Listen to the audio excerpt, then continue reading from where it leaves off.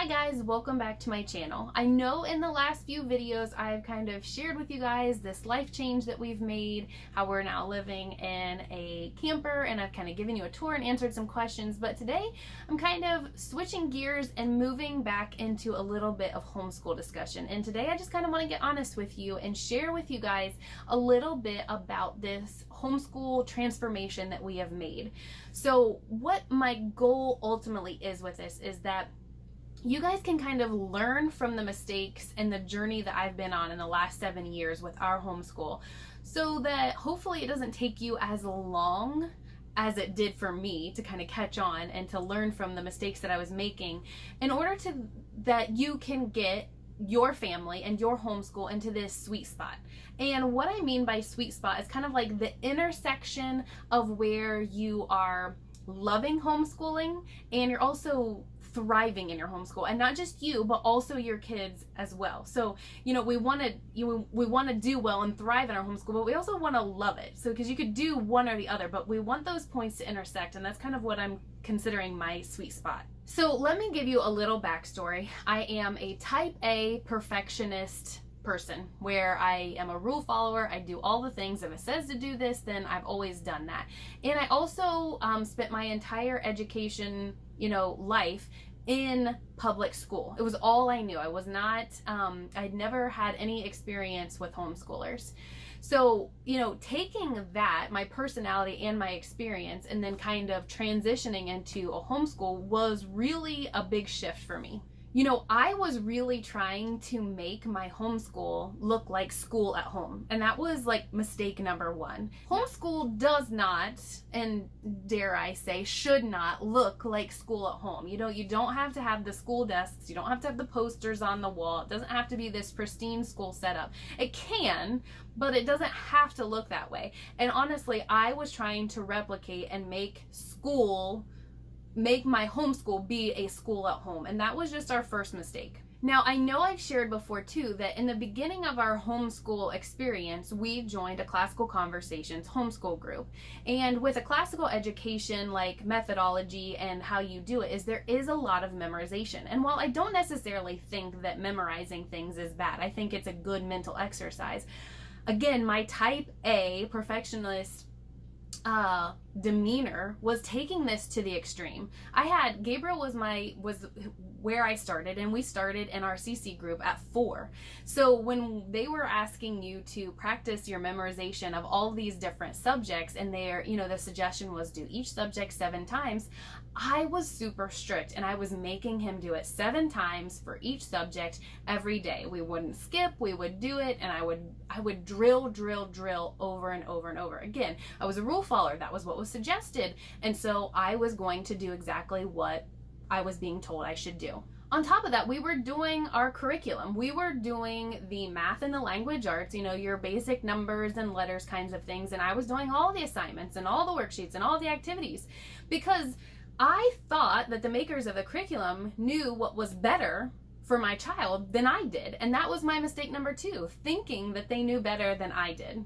So this kind of continued on. Fast forward a couple of years, and I've now added Isaiah into the mix. So I've got 2 kids that I'm homeschooling, but I'm still essentially following this same thing. We are still in Classical Conversations. We're still doing a classical education, the memorization. We're doing all of the activities, all of the assignments, all the worksheets. Okay, maybe throwing out a worksheet two or here or there. Mainly because it would just be redundant, and my child would be, complaining and protesting with every worksheet that we were doing. So I might throw out 1 or 2 here or there. But ultimately, we were just kind of plugging away in this same routine for the first 2 to 3 years of our homeschool. So at this point, we're starting to grow weary, right? Kids are crying. They're throwing themselves on the floor. They're complaining. They're whining.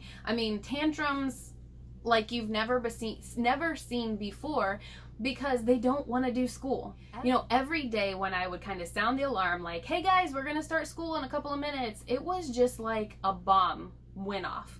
Kids were just all over the place, just going crazy with throwing these tantrums, throwing themselves on the floor and crying and whining. It was ridiculous. And honestly, it made me really start to second guess why I was homeschooling. It made me exhausted and me dislike homeschooling. And I started to think, okay, maybe this is just what homeschooling is like. Kids don't like school, so they're just going to complain every day. And this is just going to be my life. And so I really started to question, like, am I going to be able to do this for the long haul? Because I don't think I have it in me to listen to this every day.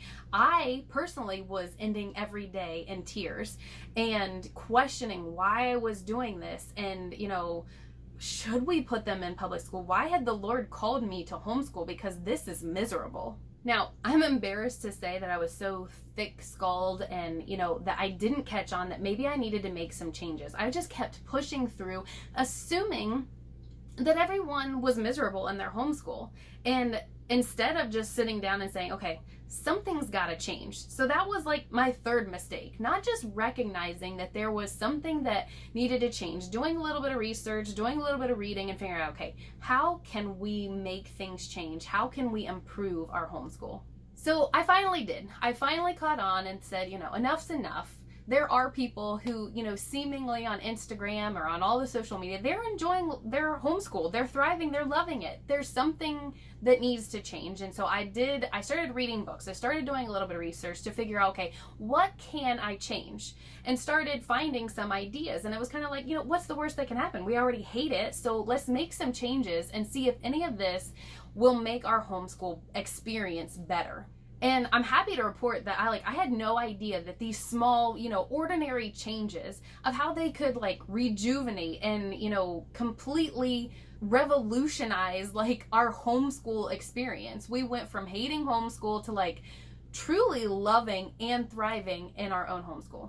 So I just want to kind of go through some of these changes that we made so that if you're finding yourself in this stage of homeschool where, you're just trudging through and you need something, maybe some of these ideas will help you, and hopefully it won't take you, 5 to 7 years like it did me to kind of figure out that there are some things that you can do to make this whole experience a lot more enjoyable for everyone in your family. Okay, so one of the first things that I did was I started to become less strict, and this was like a mental thing for me, right? I'm a type A perfectionist. I'm a list follower. I do all of the things. If it says there are 10 steps, I do 10 steps. I really had to become much more easygoing and laid back with things. And there are times that I still struggle with this, but it has been an ongoing process. If my kids have something, stop hammering it. Don't give them more and more busy work, more and more worksheets. So I am much more apt, with my third and fourth kids to be like, you've got it. Don't worry about this worksheet. I'll either completely toss it out, I'll mark half of it off and say, we don't need to do all of this. You've got it. We really prioritized family time and just outdoor time in general. So getting outside, being at the local parks, going to the zoo, meeting friends at, a nature preserve, different things like that. And really recognizing too, when the days needs to be scrapped. So, kids are having a tantrum and it's an unusual one and just everything just seems to be off. Those are the days where you have to give yourself a sick day, whatever, call it and go have fun, have that family time, really nurture the child, they're the core of them rather than drilling some sort of educational concept that maybe they have just reached their limit for the day and they need to just cut it.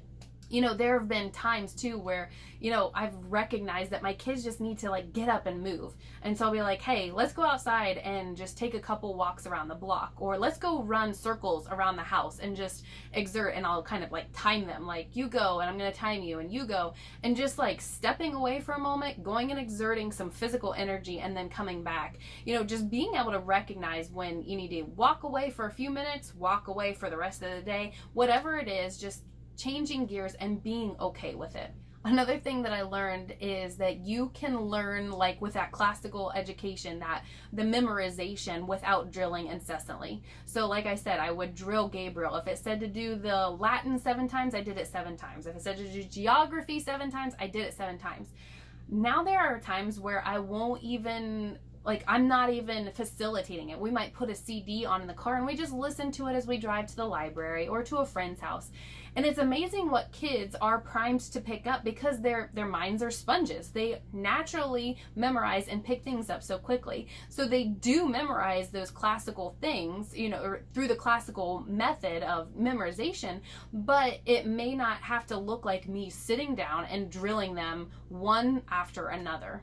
Now, I think one of the most profound and the biggest ways that our education changed and for the better was really learning to kind of open up the reins a little bit and let my child's interest kind of direct our path of education.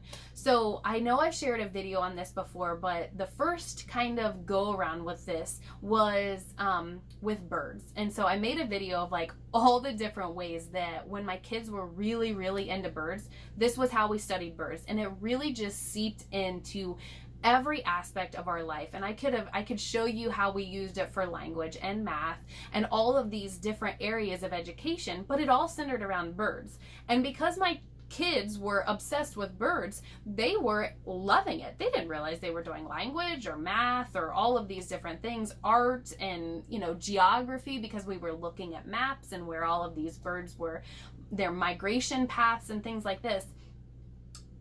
They didn't realize that they were learning because they were genuinely interested in birds. But the latest that we're having with that is now cars. I know I've shared this before. My kids are obsessed with cars, all things cars. And so we are really learning now how to incorporate cars into our education. And it's so fun to watch them because one, they're eager to learn when it's their interest. And when they're eager, they show initiative and ownership of their own education. And when they do that, they actually retain the information so much better. So it's just like this lovely like idea of education that when they're interested in it, they go after it themselves. I'm not forcing them to do anything. I don't force Gabriel and Isaiah to go pick up books about cars. They just naturally do it.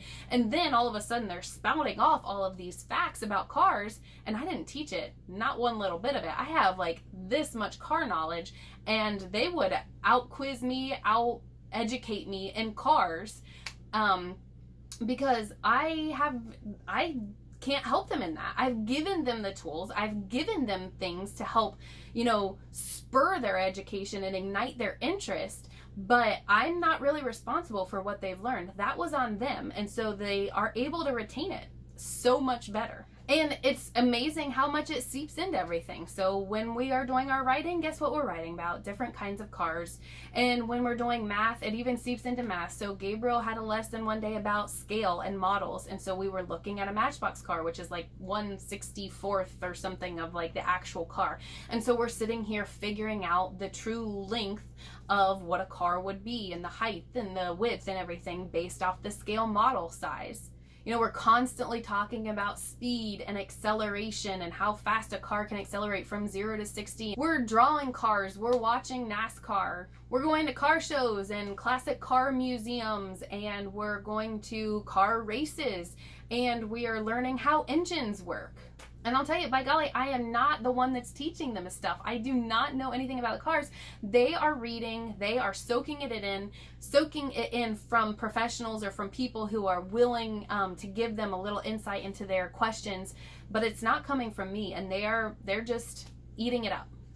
So that kind of is bringing us to this. Like, here I am, I'm sitting in my bedroom in my camper. We're about to take off with this full-time RV living, and our education is going to be further kind of shifting. So I know I've shared that, like, I really want our travel and our education to reflect our travel. So if we are in an area that's really just steeped in history, I want that history to become the history that we're learning, not necessarily the textbook or the book that we're reading.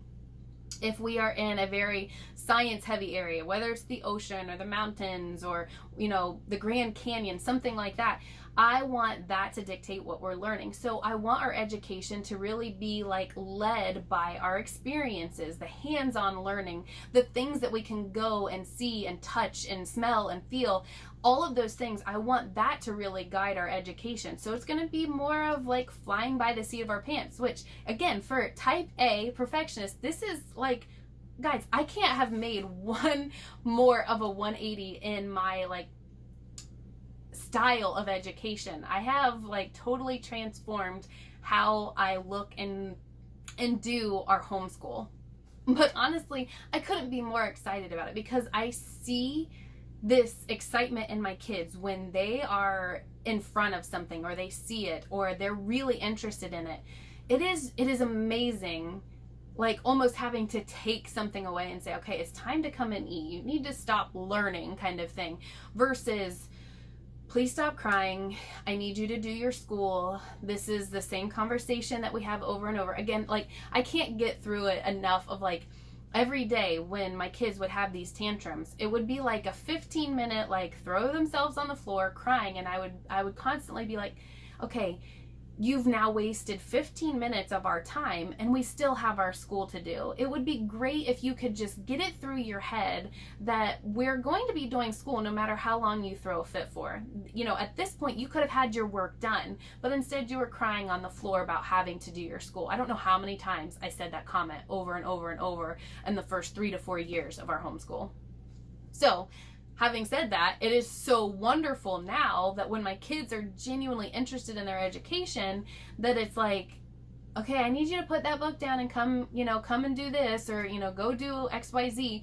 It's like this moment of realizing like, okay, we finally turned a corner. Now, don't get me wrong, my kids still fight about some things. We still do some math work. We still do some other things. Like it's not all like bunnies and rainbows in our homeschool. We still have, days where we don't want to do anything, and that includes me. But by and large, our attitudes have completely changed. I like to think that we have finally reached, after 7 years, that sweet spot where we're loving our homeschool and we're truly thriving in our homeschool. So what's the takeaway? What am I hoping that you get from this video? It's not that I think your homeschool should look like mine.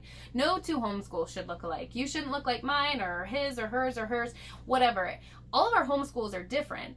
What I'm hoping you take away from this is that it is okay to change something. If it's not working, do a little research, watch some videos, read some books about different methodologies and styles of education. Find something that might work better for your family. Give it a try. If it works, great. If it doesn't, try something else. You're not stuck to a certain curricula. You're not stuck to a certain style. Honestly, I like to say that I'm eclectic because I do a lot of different things. I don't hold true to just one particular style, and you can totally be that way as well.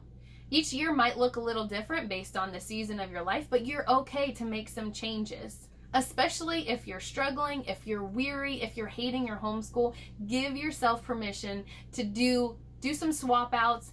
Follow your child's interest. Find some things that are going to work better for your family. Life's too short to dread every single day of your homeschool. We want to nurture these relationships with our kids. So my charge for you is that you find your sweet spot. All right, guys, as always, if you have any questions, drop them below. I will be happy to answer them. And until next time, have a blessed day.